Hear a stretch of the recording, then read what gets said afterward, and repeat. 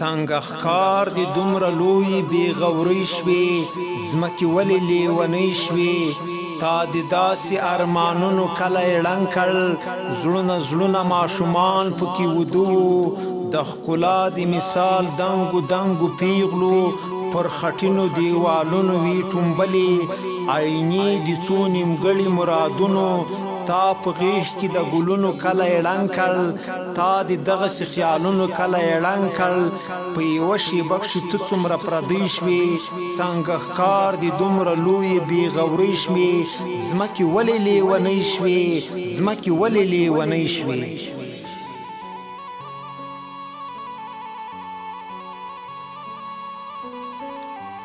سپین ږیری چې شمله را ټیټه کړې او کوشش کوي چې اوښکې پکې تاو کړي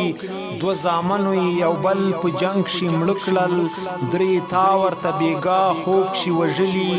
دواړه لاسه یې تکیا په دواړو تشو در ترې وستې ژړېدلو هم اخیستی انسانان نو وایه چا خوب کښې وژلي بس منکره مو له هر ډول هستي شوې څنګه ښکار د دومره لویې بې غورۍ شوې ځمکې ولې لیونۍ شوې ځمکې ولې لیونۍ شوې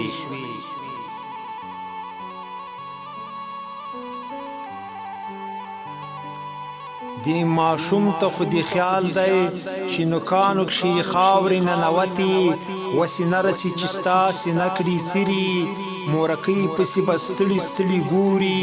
د ګردونو څومره کرکې دي شیندلې یوه ساه هم اخیستی نشي له ویرې ته قاتلې د ماشومې زندګۍ شوې څنګه ښکار د دومره لویې بې غورۍ شوې ځمکې ولې لیونۍ شوې ځمکې ولې لیونۍ شوې زما کور ستا له وجوده و جوړ شوی ستا له خاورې له اوبو او ستا له خټې ستا په زړه کښې څومره کرکه او نفرت و چې د ویشته زما د ژوند له ګټې زه پوهېږم موږ ګرم یو موږ د عقل په لمانځه کښې سهوه شوي په دې شته دومره اوبو کې بې اودسه درېدلي مونږ ستا غیږ کښې خپل خدای ته یو بې وسه درېدلي زمونږ زړونه هم په څیر زمونږ د کلي